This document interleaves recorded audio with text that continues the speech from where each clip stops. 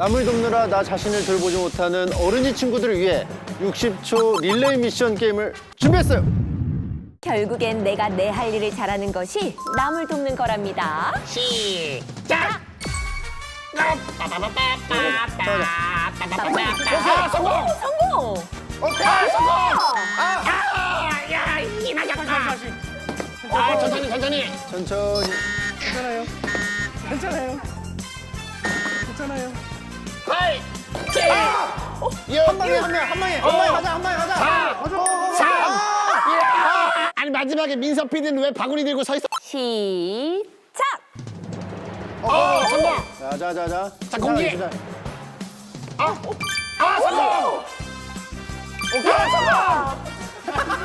할 수 있어.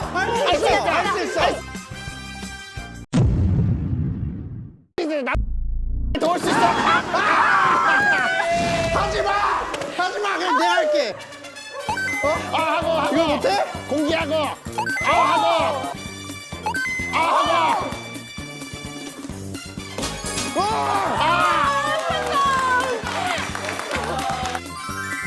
남을 돕지 않아요. 네, 저희 녹화 시작하겠습니다. 네. 잠깐만요. 네. 녹화보다 더 중요한 게 있습니다. 엥? 방철 저기요. 뭐야, 저번에 논문 쓸 때 주제 정하는 거 힘들어 했잖아. 네. 내가 좀 준비를 해봤어. 자, 요거 봐봐. 엥? 갑자기 왜 그러세요? 뭐 저한테 잘못한 거 있으세요? 이거 필요했었잖아. 그치? 필요하긴 했는데. 좀 쓰기 힘들지? 내가 좀 대신 써줄까? 근데 그림 그릴 수 있어. 돌아갈 때 어떻게 돌아가? 차로 태워다 줄게. 아이 갑자기 진짜 왜 그러세요? 부담돼. 돈 안 필요해? 에? 돈도 빌려줄게 내가. 돈을 갑자기?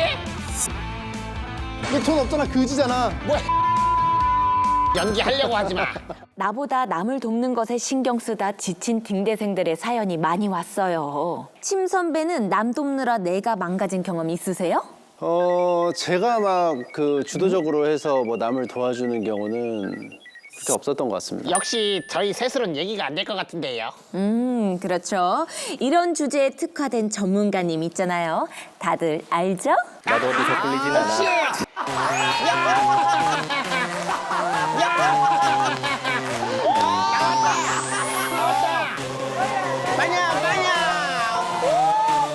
아니 무슨 전문가로 나온 건지. 정신건강의학과 전문의 김지용입니다. 감사합니다. 빵이야. 저희를 도우려고 이렇게 입고 오신 거죠 지금? 오늘 제 이 입장 영상은 제 장례식에 트는 걸로 하겠습니다. 죄송한데 정신건강의학과 선생님인데 지금 정신이 많이 불안정해 보이세요. 네, 뭐 이 프로그램의 목적이 뭔지 저도 참 궁금한데요. 네, 한번 열심히 도와보도록 하겠습니다.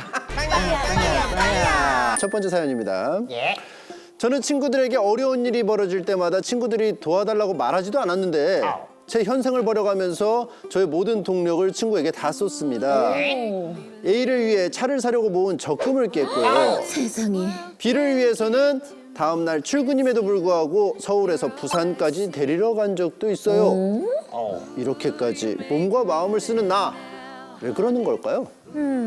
정말 가족과 같은 친구면 그럴 수 있다고 생각해요. 또 친구가 도와달라고 말하기 어려우니까 먼저 도와준 걸 수도 있죠. 혹시 나 이거 조력자 증후군 아니냐 라고 조력자 얘기하시는 분들이 있어요. 증후군?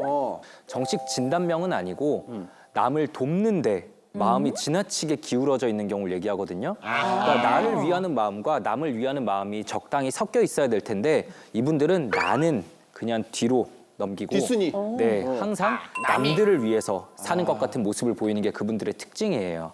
그러면 그런 사람들이 많으면 저는 좋은 거 아니에요? 모두가 이러면 어떻게 보면 되게 이상적인 사회일 수도 있겠죠. 그렇죠. 근데 그렇죠. 절대로 그렇게 흘러가지 않습니다.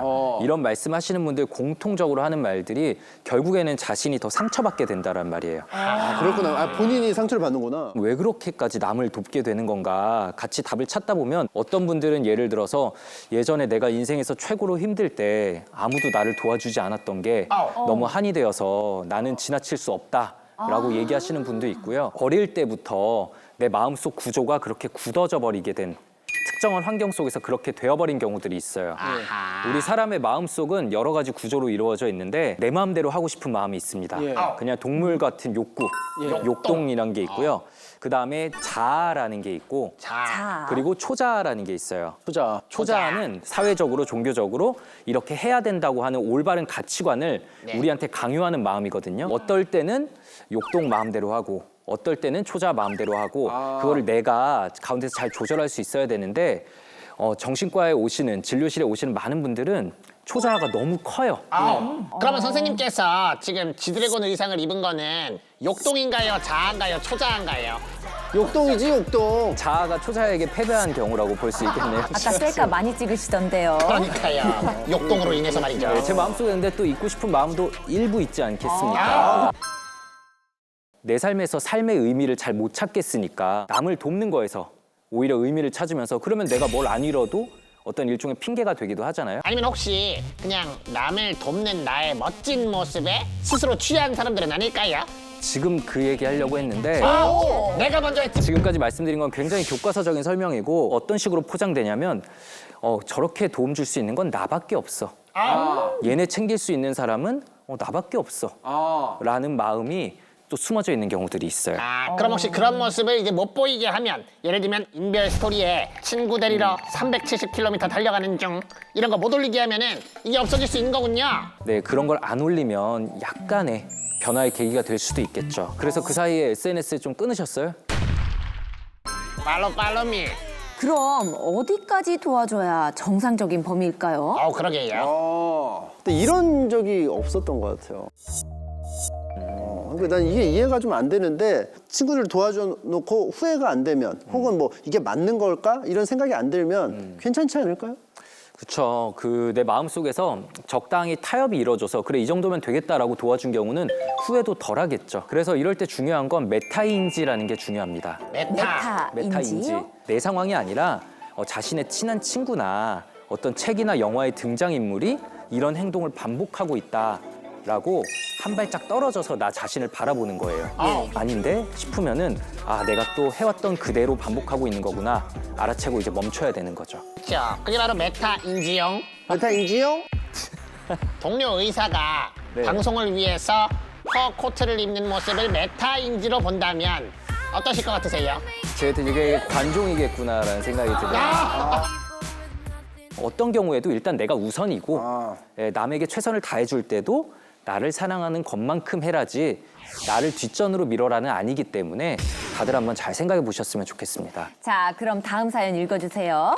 저는 일명 예스맨입니다. 친하고 안 친하고를 떠나서 모든 사람에게 나쁜 사람이란 낙인이 찍히고 싶지 않아서 하기 싫은 일도 꾹 참고 합니다. 어떻게 해야 할까요? 이거 다들 알고 계시잖아요. 이거는 의대 안 간 저도 알아요. 이거는 착한 아이 증후군입니다. 전문가 라이센스도 필요 없어요. 요거는 좀 공감을 합니다. 이게 제가 이제 뭐죠? 주도적으로 도움을 주는 건 잘 안 하는데 네. 그냥 하실 거죠? 이렇게 하면은 좀 거절 못해요. 거절하는 것보다 예. 그냥 네 하는 게 예. 뭔가 더 에너지가 덜 들거든요. 맞아. 네, 거절했을 때 좀 더 안 좋은 일들이 일어나지 않을까라는 막연한 불안들이 들어있는 경우가 많아요. 맞아요. 맞아요. 착한 아이 증후군이란 말 자체가 너무 착하잖아요. 이쁘고 이 말 자체를 좀 바꿔보는 겁니다. 뭐 귓밥 증후군이라든가 까리 증후군. 뭐 알아서 다들 잘 걸러 들으실 거라고 생각을 하고요. 오늘 삐딱하게 자꾸 왜 그러세요? 삐딱하게. 이지용.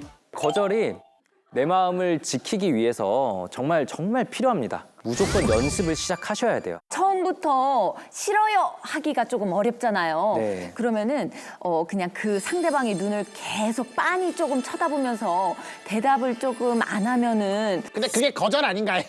거절이 아니라 일단 내 목소리 먼저 내보는 거 말씀을 드려요. 예를 들어서 직장 동료들끼리 점심 먹으러 갈 때 이 착한 아이 증후군이 있는 분들은 의견 안 내요. 맞아요. 네, 너 먹고 싶은 거. 아무거나. 난 다 괜찮아요. 아무거나. 이런 말들 하시는데 그냥 그날 눈 딱 감고 내가 먹고 싶은 거 말해보는 거죠. 돈가스요. 뭐 이렇게. 안 되더라도 혹은 내가 먹고 싶은 걸로 가더라도 결국에는 별다른 일이 일어나지 않는다는 걸 학습을 해야 돼요. 구독. 저는 친구들한텐 제 힘든 얘기도 잘 털어놓는데 유독 애인한테만 털어놓기 어려워요. 제 애인은 저한테 회사 생활 힘든 거, 친구 관계 속상한 거 다 얘기하고 저도 들어주는 게 어렵지 않은데 정작 반대가 잘 안 됩니다. 왜 애인한테 제 부정적인 감정을 털어놓는 게 어려운 걸까요? 이런 얘기가 있습니다. 저는 공감됩니다. 애인한테 이런 얘기하는 게 어렵거든요. 애인이 없어서요. 침 선배는 어떠세요? 저는 좀 반대예요. 남이 하는 힘든 얘기를 별로 듣고 싶지 않아요. 내 얘기만 하고. 사연자랑 만나면 되겠네요. 저랑 딱 맞네요. 이게 스타일이. 교수님은 어때요? 워낙에 잘 들어주니까 이 목에 살짝 이제 목베개에 기대가지고 목베개. 얘기하다 보면은 주저주저 계속 얘기하게 되더라고요. 야, 목베개 굉장히 길겠네요. 길죠. 그런데 이 사연자는 왜 유독 애인한테만 어렵다고 하는 걸까요? 그러게요. 잘 보이고 싶은 마음이 깔려 있나? 일단은 사연에서 부정적인 감정이라는 표현을 이미 썼거든요. 그러니까 감정을 나눠보고 있는 거예요. 좋은 감정, 나쁜 감정 이렇게. 그런데 사실 감정에는 우열이란 게 없어요. 네, 감정은 그냥 다 감정인 거고 그 자체로 다 인정을 해줘야 되는 거고 부정적인 감정이라고 딱 이름표를 붙여버림으로써 예. 이거는 눌러 담아야 될 거. 아하. 예, 남한테 보이면 안 되는 거라고 스스로 좀 프레이밍하고 있는 게 아닌가라는 생각이 듭니다. 브레이크다운. 이번 사연까지 이런 분들의 마음속에 보통 가장 흔하게 자리 잡고 있는 심리는 유기불안이에요. 그러니까 버림받을 수 있다는 불안. 네, 나도 스스로 이미 부정적이라고 판단하는데 네. 내 속에 이런 게 가득하다라는 거를 사실 보이면은 저 사람이 날 떠나가지 않을까? 나 자신을 있는 그대로 부정적인 거, 긍정적인 거 다 꺼내도 버림받지 않을 거라는 그런 확신이 좀 부족한 거죠. 자신감이 부정한 거네요. 자존감이 좀 낮고 스스로를 있는 그대로 보여주면 사랑받지 못할 존재라고 생각하기 때문에 관계에서 완전히 자유롭지 못한 거죠. 그럼 우리 사연자분은 애인한테 아예 말을 못 꺼낼 것 같으니까 어떻게 말을 꺼내면 좋을지 우리가 한번 말해볼까요? 일단 뱉고 보는 겁니다. 뭐라고? 만나자마자 나 힘들어. 난다.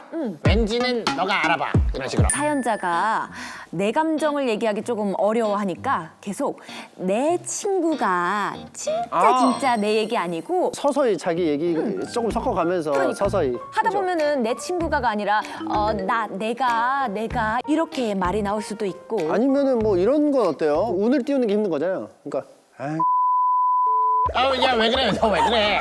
물어보잖아. 물잖아. 미끼를 던지면 물잖아. 지금 통발을 던질까. 야, 무슨 일이야? 창민아, 말해줘. 아이. 야!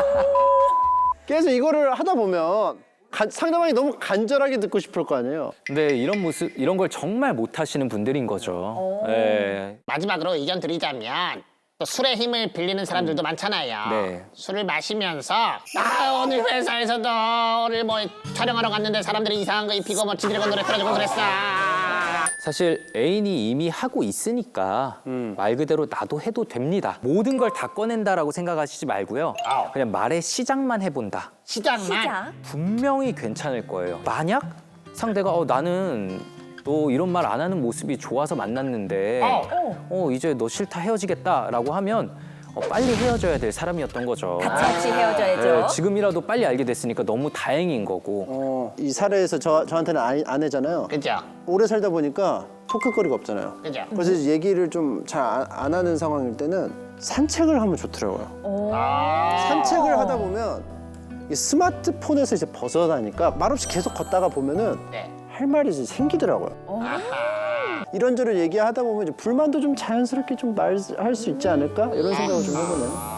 되게 현명한 방법이네요. 너무 그러게요. 좋은 얘기해 주셨고 거기서 포인트는 사실 스마트폰을 놓고 나간다인 것 같아요. 내 마음을 들여다보는 거 그리고 그걸 상대방에게 건네는 거 이거 다 에너지가 드는 일이고 그죠. 그래서 회피하고 싶은데 그럴 때 스마트폰은 너무 좋은 회피 도구거든요. 맞아요. 계속해서 울리고 볼 거 있고 이러니까 이게 핸드폰은 안 좋은 것 같아요. 왜냐면은 스마트폰은 언젠가 배터리가 닳기 마련이잖아요. 영원한 건 절대 없으니까요. 절대 없어. 결국엔 now. 원했지. 오늘 밤은 딩대하게. 오늘은 남을 돕느라 나를 돌보지 못해 지친 딩대생들의 이야기를 들어봤는데요. 역시 이런 문제를 도와주는 사람은 지용쌤밖에 없네요. 감사합니다. 딩대생들의 인지용을 받으셨으니 다음에 또 오실 거죠? 인지용. 착한 아이 예스맨 아니어도 괜찮아. 조력자가 되려다가 나만 지쳐 홀로 가. 힘들단 말 어려우면 오늘 일만 털어놔. 나를 먼저 도와주어요. 안녕.